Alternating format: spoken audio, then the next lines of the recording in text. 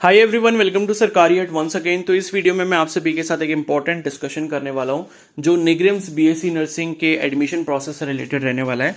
तो फाइनली यहां पर निग्रिम्स शिलोंग की तरफ से एक ऑफिशियल नोटिफिकेशन आ गया है काउंसलिंग प्रोसेस के रिगार्डिंग। ठीक है, तो ये जो नोटिफिकेशन है आज ही शायद ये पब्लिश हुआ है एंड इस नोटिफिकेशन में आपकी काउंसलिंग के सारे जो भी प्रोसीजर है वो इसमें मेंशन किया गया है कि किन किन कैंडिडेट्स को काउंसलिंग के लिए आना है।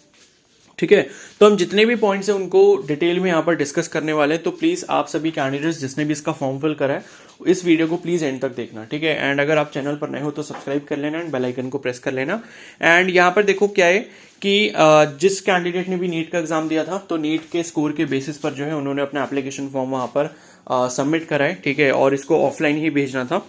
तो इसमें लिखा है कि first counselling for BSc nursing admission for session 2024-25 this is for information of all eligible candidates who had applied for admission into BSc nursing course at NEIGRIHMS Shillong that counselling for admission to BSc nursing course for the academic session 2024-25 will be held on 30th August 2024 at 11 AM। ठीक है, तो 30 अगस्त को इन्होंने जो है बोला है कि 11 बजे आपकी काउंसलिंग होगी सुबह। ठीक है, in college of nursing NEIGRIHMS Shillong. तो निग्रिम शिलोंग का जो कैंपस है वहां पे जो कॉलेज ऑफ नर्सिंग की बिल्डिंग है वहां पर आपका ये काउंसलिंग का जो है सेशन होगा on the basis of merit in NEET eligibility cum entrance, मतलब national eligibility cum entrance NEET UG 2024 conducted by NTA. तो नीट स्कोर के बेसिस पर आपके यहाँ पर काउंसलिंग होगी। तो इन्होंने ये लिखा है कि cut off score for the counselling that is NEET score re revised of 391। तो इन्होंने ये लिखा है कि भाई 391 कट ऑफ स्कोर है इस बार का। इसका मतलब ये है कि 391 या फिर उससे ज्यादा जिसके मार्क्स हैं वो यहां पर काउंसलिंग के लिए जा सकता है। ठीक है, तो एलिजिबिलिटी लिखा है कि should have applied for BSc nursing course at NEIGRIHMS Shillong. इन्होंने लिखा है कि भाई एलिजिबिलिटी यही है कि एक तो आपके 391 मिनिमम मार्क्स होने चाहिए या उससे ऊपर होने चाहिए। दूसरी चीज ये है कि आपने ये वाले कॉलेज का जो फॉर्म है वो आपने फिल किया होना चाहिए। The candidates who have obtained the cutoff score of 391 marks and above in the NEET UG 2024 conducted by NT and fulfilling the eligibility criteria will be called for the counseling। तो इनको जो है counselling के लिए बुलाया जाएगा। ठीक है, अब यहाँ पर आपको ये समझना पड़ेगा कि भाई इन्होंने 391 का स्कोर कैसे दिया है। ठीक है, तो देखो क्या है, हमें पता है कि लगभग 50 सीट्स हैं यहाँ पर शिलोंग में निग्रिम्स में। तो इन्होंने क्या करा होगा कि इन्होंने ये सोचा होगा कि भाई हम एक काम करते हैं कि 10 गुना लोग या 20 गुना लोग जो यहाँ पर बुला लेते हैं, मतलब 10 टाइम्स स्टूडेंट्स या फिर 20 टाइम्स स्टूडेंट्स का इन्होंने एक टारगेट रखा होगा कि भाई 50 सीट्स है हमारे पास, एक काम करते हैं मान लो कि 20 टाइम्स कैंडिडेट्स बुला लेते हैं। 20 टाइम्स मतलब क्या हो गया, 50 into 20 इक्वल टू 1000। सपोज अगर इन्होंने 1000 कैंडिडेट्स को बुलाया, इन्होंने सोचा कि भाई जितने बच्चों ने अप्लाई करा है नीट स्कोर के बेसिस पर तो टॉप 1000 कैंडिडेट्स जो है उनको हम यहाँ पर बुलाएंगे। तो टॉप 1000 का मतलब ये है कि स्टार्टिंग रैंक 1 से लेके 1000 रैंक तक जो बच्चा होगा, 1000 वाले रैंक पर जो भी कैंडिडेट होगा, सपोज उसके मार्क्स कितने होंगे 391, तो उसके अकॉर्डिंग इन्होंने 391 मार्क्स को जो है कट ऑफ यहाँ पर मतलब मेंशन कर दिया है। ठीक है, अब देखो ये मैं एक आपको मतलब एक हाइपोथेटिकल चीज बता रहा हूं। ये जो चीज मैंने आपको बताई कि 10 गुना बच्चे यहां पर बुलाए होंगे या 20 गुना बच्चे बुलाए होंगे। 20 गुना का मतलब ये कि भाई वो ये सोच रहे होंगे कि भाई अगर हम 1000 बच्चों को यहां पर बुलाते हैं, ठीक है, तो 1000 में से मतलब 200 250 या 300 बच्चे तो आएंगे। अब उसमें से भी क्या होगा कि कुछ के डॉक्यूमेंट्स इनकम्प्लीट होंगे, वो बाहर हो जाएंगे, कुछ बच्चे हो सकता है कि मेडिकल में बाहर हो जाए। ठीक है, और बहुत सारे बच्चे तो पहुंचेंगे ही नहीं, क्योंकि शिलोंग जाना हर किसी के लिए इतना ईजी नहीं है। ठीक है ना, तो इसलिए इन्होंने इस तरीके का टारगेट एक सेट करा होगा कि भाई हम या तो 500 स्टूडेंट्स को बुलाएं या मतलब 750 को बुला लें, मतलब 15 टाइम्स या फिर 20 टाइम्स कैंडिडेट्स को बुला लें। ये चीज इन्होंने मेंशन नहीं करी है कहीं पर भी, बट मैं आपको ये बता रहा हूं कि ऐसा ही करते हैं। जब ऐसा होता है ऑफलाइन काउंसलिंग में तो ऐसा ही किया जाता है। एक एक्सपेक्टेशन लगा लेते कि भाई 1000 बच्चों को हमने बुलाया तो 300-400 बच्चे तो वहां पर पहुंचेंगे और उसमें से फिर हम काउंसलिंग करा के उनको सेलेक्ट कर लेंगे। ठीक है, क्योंकि मान लो 300 बच्चे भी अगर काउंसलिंग में पहुंच जाते हैं वहां पर 1000 को बुलाने के बाद, तो क्या होगा कि बहुत सारे बच्चों के हो सकता है डॉक्यूमेंट्स में कमी हो तो वो उस वजह से बाहर हो जाएंगे। हो सकता है कि किसी का जो है फॉर्म सही तरीके से ना फिल किया गया हो या वहां पर जो फॉर्म आपने पहुंचाया हो वो सही तरीके से ना भेजा गया हो, तो बहुत सारी प्रॉब्लम्स की वजह से वो बच्चे भी बाहर हो जाएंगे। हो सकता है कुछ कैंडिडेट्स मेडिकल में बाहर हो जाए। मेडिकल कोई इतना ज्यादा टफ नहीं होता है यहाँ पर। मेडिकल का मतलब ये कि लाइक आप जो है जनरल फिटनेस आपकी प्रॉपर होनी चाहिए, ठीक है ना, तो उसमें कोई कमी नहीं होनी चाहिए। बट ये ऐसा है कि अगर किसी को कुछ रेयर प्रॉब्लम है या किसी की कोई सीरियस कंडीशन है तो वो मेडिकल से बाहर हो सकता है, ठीक है। तो इस तरीके से कुछ बच्चे मेडिकल से बाहर हो जाएंगे। लास्ट में जितने बच्चे बचेंगे उसमें फिर काउंसलिंग के बेसिस पर उनको सीट अलॉट कर दी जाएगी, ठीक है। तो इसके बिहाफ पर मतलब इन्होंने जो 391 की कट ऑफ को सेट किया है और इन्होंने लिखा है the candidates who are called for counselling have to report in person at the above venue वही है आपका शिलोंग में जो निग्रिम्स कॉलेज है, and must produce the following certificates in original as well as xerox copy of all the documents, ठीक है, at the time of counselling. तो ये है कि आपको ये जो डॉक्यूमेंट्स इन्होंने लिखे हैं यहाँ पर नीचे लिस्ट बना के, वो आपको ओरिजिनल लेके जाने हैं, साथ में उनकी जेरोक्स कॉपी लेके जानी है। जेरोक्स जो है इन्होंने लिखा नहीं कि कितनी लेके जानी है, बट मैं आपको सजेस्ट करूंगा कि 3-3 कॉपी सभी डॉक्यूमेंट्स की आप करवा के लेके जाएं, ठीक है। तो नो इंडिविजुअल कॉल लेटर या phone calls will be sent और made for attending the counselling. मतलब ये है कि आपको कोई पर्सनल कॉल इसके लिए नहीं आएगा काउंसलिंग में आने के लिए। If a candidate fails to report at the venue of counselling on 30 August before 11 AM and failure to produce any of the following documents in original as well as xerox copy, the candidate will not be consider for admission. मतलब ये कि आप भाई इनमें से जो इन्होंने list दी है इसमें से कोई भी ओरिजिनल डॉक्यूमेंट आपके पास नहीं हुआ या फोटोकॉपी नहीं हुई तो ये आपको बाहर कर देंगे, ठीक है ना। तो क्या क्या डॉक्यूमेंट लेके जाने, पहला तो नीट यूजी का आपका रैंक लेटर या स्कोर कार्ड जो भी है रिवाइज वाला, जो भी लेटेस्ट वाला आया था, ठीक है, तो वो आपको लेके जाना है। साथ में एडमिट कार्ड आपके पास होना चाहिए ओरिजिनल वाला, ठीक है ना। उसके बाद पासिंग सर्टिफिकेट ऑफ 10+2, तो 12th का जो पासिंग सर्टिफिकेट है वो लेके जाना। मार्कशीट हो गई 12th की, और एज प्रूफ। ये एज प्रूफ का मतलब वही है कि या तो आप 10th की मार्कशीट ले जाओ, ठीक है, और अगर आपके पास बर्थ सर्टिफिकेट है तो वो भी लेके जा सकते हो, लेकिन बर्थ सर्टिफिकेट अगर नहीं है तो 10th की मार्कशीट या 10th का पासिंग सर्टिफिकेट वो आप लेके जाना। मतलब ये कि 10th-12th के तो सारे डॉक्यूमेंट्स आपको लेके जाने ही जाने हैं, ठीक है। उसके बाद है character and conduct certificate from the head of the institution या स्कूल लास्ट स्टडीड या गेजेटेड ऑफिसर, ठीक है। तो एक कैरेक्टर सर्टिफिकेट आपको लेके जाना होगा, जो भी मतलब सीसी जो होता है, जो टीसी के साथ मिलता है, ठीक है। तो कैरेक्टर सर्टिफिकेट आपको लेके जाना होगा। आप या तो मतलब लास्ट जहां पर आपने स्कूलिंग वगैरह खत्म करी उसका होना चाहिए, और वो आपके पास नहीं है तो किसी भी गैजेटेड ऑफिसर से आप बना सकते हो। गैजेटेड ऑफिसर का मतलब ये है कि जैसे मतलब डॉक्टर हो गया तो डॉक्टर एक गैजेटेड ऑफिसर होता है, ठीक है। तो किसी भी गैजेटेड ऑफिसर से आप उसको बनवा सकते हो अपने नियर बाय जो भी आपके एरिया में है, ठीक है। मेथड ऑफ काउंसलिंग देखो इन्होंने कैसे लिखा है। During the counselling the candidates will be called in order of merit after verification of documents and ascertaining the eligibility criteria the candidates will be serially allotted seats on the basis of merit till the 50 seats are filled up, ठीक है।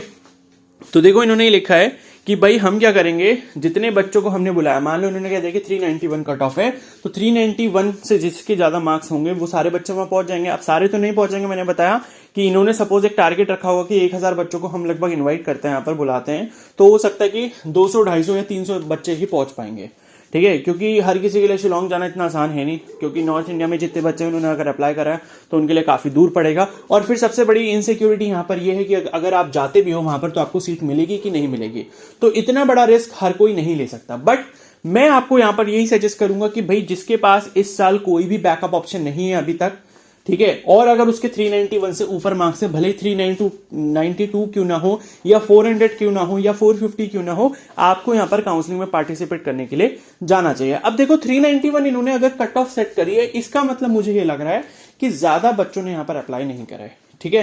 तो 391 cut off का मतलब यही है। मुझे नहीं लगता कि भाई बहुत ज्यादा बच्चे यहां पर हैं, ज्यादा से ज्यादा मुझे लगता है कि भाई 1500 बच्चों ने या 2000 बच्चों ने अप्लाई किया होगा, और उसमें से फिर इन्होंने जितने को बुलाया उसमें से भी जो है लगभग 30% बच्चे ही जा पाएंगे, 30% या 40%, बहुत ज्यादा अगर चले गए तो उसमें भी फिर डॉक्यूमेंट्स में किसी के में कुछ कमी होगी, किसी के में कुछ कमी होगी, तो ये सारी चीजें होंगी। तो ये है कि भाई आपके पास अगर कोई भी ऐसा फाइनेंशियल प्रॉब्लम नहीं है, कोई भी घर पे ऐसी प्रॉब्लम नहीं है, और अगर आपका सेकंड थर्ड ड्रॉप है, आप फ्रस्ट्रेट हो चुके हैं ऑलरेडी, एंड आपके पास कोई और बैकअप ऑप्शन नहीं है, तो प्लीज आपको यहां पर जाना चाहिए। भले ही आपको सीट मिले या ना मिले, वो उसकी मत सोचो, लेकिन आपको जाना जरूर चाहिए। क्योंकि बहुत सारे बच्चे यहां पर ऐसे भी होंगे जिनके स्कोर अच्छे होंगे, वो वहां पर नहीं जाएंगे। क्यों? क्योंकि उनको कहीं और एडमिशन मिल चुका होगा।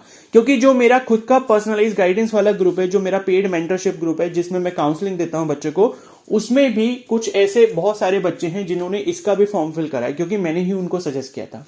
लेकिन उनका सिलेक्शन कहीं और हो चुका है। जैसे काफी सारे बच्चों का एम्स में सिलेक्शन हो गया बीएससी नर्सिंग में, कुछ बच्चों का जो है अभी पीजे चंडीगढ़ में भी सिलेक्शन होने वाला है, ठीक है। तो ऐसे भी बहुत सारे बच्चे हो सकते हैं जो नहीं जाएंगे काउंसलिंग में। तो मैं यही बोल रहा हूं कि भाई जिसको सीट नहीं मिली है वो हार ना माने, वो अपने आप से ये ना सोच ले कि भाई मेरे स्कोर तो कम है, मुझे कहां ही सीट मिलेगी। ऐसा अगर आप अपने पहले से ही ओपिनियन बना के रखोगे तो फिर कभी भी कुछ नहीं होगा। तो मेरे हिसाब से जाना चाहिए, ठीक है। भले आपके 392 हो 398 हो, आपको जाना जरूर चाहिए, ठीक है ना। अब इन्होंने ये लिखा है कि भाई एक एक करके हम बच्चे बुलाते रहेंगे। ये जैसे बोलेंगे कि रैंक 1 आ जाओ, ठीक है, रैंक 2 आ जाओ, जो नहीं होगा उसको हटाते रहेंगे वहां से, ठीक है ना। तो रैंक 1 जैसे मान लो नहीं आया, रैंक 2 भी नहीं आया, रैंक 3 भी नहीं आया, इस तरीके से बुलाते रहेंगे और एक एक करके बुलाते रहेंगे। मान लो कि रैंक 7 इन्होंने बोला, रैंक 7 आ जाओ, तो रैंक 7 पे जो बच्चा होगा वो पहुंच जाएगा। पहुंचने के बाद अपने डॉक्यूमेंट्स को दिखाएगा, वेरीफाई करवाएगा, सारे डॉक्यूमेंट्स ठीक है, तो इसको ये एक सीट दे देंगे, ठीक है। 50 में से एक सीट उसको दे दी, अब बची 49। इसी तरीके से आगे की रैंक वाले बच्चे ही बुलाते रहेंगे। तो जब 50 सीटें खत्म हो जाएंगी तब आपकी काउंसलिंग क्लोज हो जाएगी। तो इस तरीके से प्रोसेस यहां पर होगा, ठीक है। और इन्होंने साफ साफ लिखा है कि भाई काउंसलिंग में बुलाने का आपको मतलब ये नहीं है कि हम आपको सीट 100% दे ही देंगे, वो वहां पर मेरिट के अकॉर्डिंग ही आपकी जो है मतलब अलॉट होगी, ठीक है।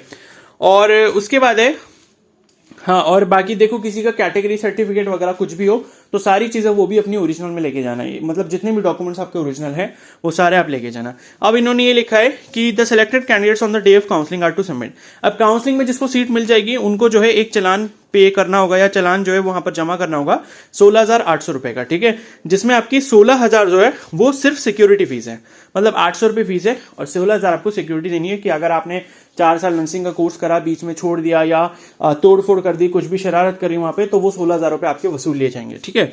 और उसके अलावा जो है आपको एक बैंक डिपॉजिट, ये सब आपको वहां पर भी बता देंगे, 3,000 रुपए की एक ये स्लिप भी जो है वो आपको वहां पर जमा करनी होगी। और मेस चार्जेस जो है वो इनका 10,950 रुपए क्वार्टरली, ठीक है। तो क्वार्टरली का मतलब लाइक 3 मंथ्स का जो है वो आपका यहाँ पर एक क्वार्टर में लगभग 11,000 रुपए जो आपकी वो जाएगी 3 मंथ्स का। तो मतलब वो ये लगभग 3-3,500 रुपए के आसपास जो है आपका मेस फीस यहाँ पर जाने वाला है हर मंथ का, ठीक है।